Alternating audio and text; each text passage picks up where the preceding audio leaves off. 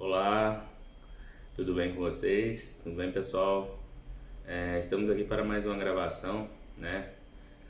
É, Aula de processo civil para a turma de sétimo período da Faculdade Evangélica de Rubiataba. Aula essa ministrada por mim, Glaucio Batista da Silveira, professor especialista. Essas aulas estão sendo gravadas, né, em virtude da pandemia do coronavírus. Então, em razão da suspensão das aulas presenciais, nós estamos disponibilizando essas aulas que seguem acompanhadas de material em PDF, bem como, né, questões que estão sendo resolvidas por meio de aulas remotas, né, no aplicativo Zoom, durante a semana. Então, vamos lá? Estamos em procedimentos especiais, aula de número 14 do plano de ensino, penúltima aula do semestre. Essa aula de hoje vai ser dividida em 3 módulos, porque a gente vê 3 procedimentos especiais nela. E o primeiro deles é a homologação do penhor legal. E aí eu começo com um exemplo para poder explicar a matéria, que é bem simples. Diz respeito, suponha que você viaje para um hotel, né? E proceda ao check-in, que é a entrada sua no hotel, no prazo de 5 dias. E aí lá você passe a consumir produtos, né, bebidas, alimentação, comida. E aí, chega no quinto dia, você chega na recepção e fala assim, não tem dinheiro para poder pagar a conta. Gente, é permitido, né? A lei permite que o locador retenha bens de vocês para poder garantir o pagamento dessas despesas, tá? Então pode reter o carro, pode reter a bagagem, né? Só que essa retenção precisa de uma homologação, né? Essa retenção chama-se penhor, né? E a homologação visa o quê? A convalidação dessa situação para que o credor, até então, né, tenha a formalização desses bens, né, que estavam até então retidos. Tá? Então anotem aí, a homologação do penhor legal visa ao reconhecimento de uma situação pré-estabelecida em lei, de modo a dar-lhe regularidade e eficácia.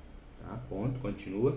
Esse reconhecimento pode decorrer de uma decisão judicial, homologação judicial, ou de escritura pública lavrada por notário de livre escolha do credor, homologação extrajudicial. Então a gente passa a ver a homologação judicial e a homologação extrajudicial, né? E como é que ela se dá.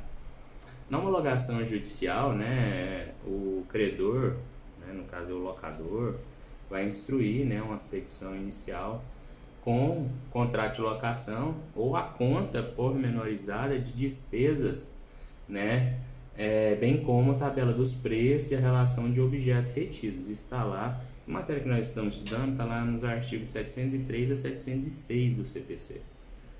Então, esses documentos que devem instruir a peça, né, a petição inicial, estão lá no parágrafo 1º do artigo 703, tá? Parágrafo 1º do artigo 703. Então, instruída essa peça, o credor vai dirigir o requerimento, né, ao juízo competente, né? E aí, objetivando o quê?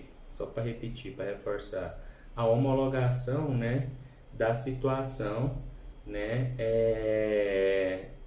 de retenção desses bens, né? Porque o credor ele entra na posse dos bens, mas precisa dessa formalização. Professor, eu estou pensando aqui, eu alugo uma casa e o inquilino não paga. Eu posso fazer lá, segurar a geladeira dele, segurar o sofá? Pode. Tá? Acontece muitas das vezes do próprio inquilino sair e aí o locador fica naquela situação, não sabe se ele viajou, não sabe se ele abandonou, o cara some. Você não pode ficar lá com o bem parado, né? esperando, né, a boa vontade daquele cidadão voltar. Então o que você vai fazer? Vai buscar, né, a homologação em juízo.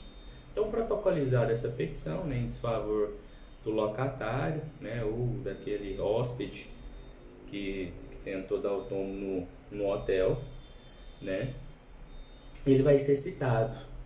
E olha aqui o detalhe, ele de cara, ele não é citado para poder contestar, não. Marca-se uma audiência preliminar, tá? Marca-se uma audiência preliminar. E aí, nessa audiência, ele tem a opção de pagar o débito. Chega lá, paga o débito, tranquilo, arca com os custos e despesas processuais, lógico, né? E aí o processo é extinto com julgamento do mérito. Tem essa primeira opção. E tem a opção de não ir na audiência, de falar assim, toca o pau aí. Então, nesse caso aí, vai ocorrer, né, diante da inércia vai ser decretada a revelia dele, né, e vai ocorrer o julgamento antecipado do processo. Ele pode também não concordar com o pagamento e a partir dessa audiência preliminar, né, vai abrir-se o prazo para contestar o pedido, né, o pedido do autor. E aí ele pode alegar uma das matérias que estão lá no artigo 704, quais sejam, anotem aí, nulidade do processo, a extinção da obrigação, a ausência de previsão legal quanto à existência da obrigação, às vezes a retenção está sendo feita de forma ilegal, né? Aí, professor, retenção, eu contratei uns pedreiros lá, o marceneiro poder fazer os armários da minha casa e ele não pagou, ele não fez. E tem um monte de ferramenta dele lá que vale uma grana, eu posso segurar? Não, essa retenção é ilegal, né? Esse contrato não permite que seja feita a retenção. Então, nulidade do processo, extinção da obrigação, ausência de previsão legal quanto à existência da obrigação e a impossibilidade do penhor sobre os bens indicados, certo? E ainda tem a última matéria, rejeição indevida por parte do credor de caução idônea. Olha só, o hóspede, o locatário, né, ele pode oferecer caução para poder garantir o pagamento daquela dívida. Tem um carro e esse carro tá aqui o documento dele, tá no meu nome, ele não tá aqui comigo, tá lá na minha cidade. A caução idônea, certo? A caução idônea. É lógico que esse documento precisa ser formalizado, né? E o credor no primeiro momento ele pode rejeitar, mas lá na frente, né? O devedor pode usar isso aí como matéria de defesa, tá? Pode usar isso aí como matéria de defesa e aí você tem que ser obrigado a aceitar essa caução. Então, o devedor pode alegar uma dessas matérias de defesa do artigo 704. E ao final o juiz vai o quê? Vai julgar por sentença, né, a homologação dessa retenção, né? Contra essa sentença cabe recurso de apelação, beleza? Cabe recurso de apelação. Às vezes, o que se pede a homologação não é suficiente para garantir o pagamento da dívida, tá? Então,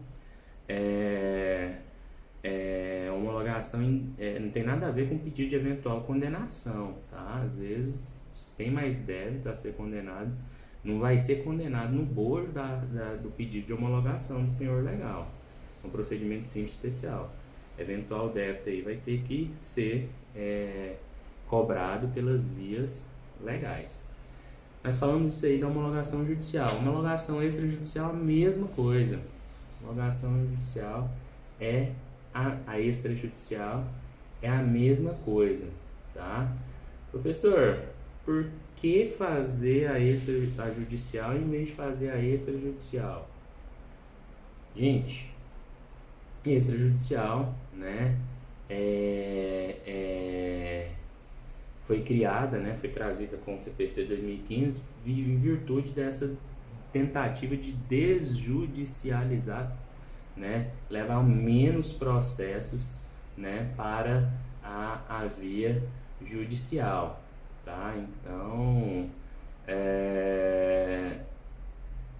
a diferença aí vai ser simplesmente nesse caso de opção do credor, né, que em vez de dirigir a petição para o juiz, vai dirigir para o tabelião, para o notário, né, competente. Via mais rápida, é opcional, né, tem as custas também mais cara, né, por ser ter essa questão mais rápida. E não vai haver citação, vai haver notificação do devedor para tomar para poder tomar as mesmas atitudes, pagar o débito, só não marca a audiência. Se ele oferecer a defesa, o processo vai para o juízo competente, né, para poder decidir acerca do penhor. Então, é uma tentativa de resolver a situação mais rápida, né? E aí foi uma tentativa de desjudicialização trazida pelo CPC de 2015, tá? Então, devedor nesse caso pode comparecer e pagar o débito, né? E aí ele vai ter a respectiva quitação, né, do débito e a devolução dos seus bens. E se inerte, o tabelião formaliza a escritura pública e tem os mesmos efeitos da sentença, tá? Se for um carro que deixou lá, o que vai acontecer, gente? O carro passa por nome do credor? Passa. Como assim carro, gente? Vai para um hotel chique aí, né? Consumo que tiver de consumir aí, você gasta fácil aí R$ 1.000 por dia, certo? Então, tomem cuidado, paguem a conta, beleza? Sobre a homologação do penhor legal, é isso. Beijo, até agorinha pro próximo procedimento.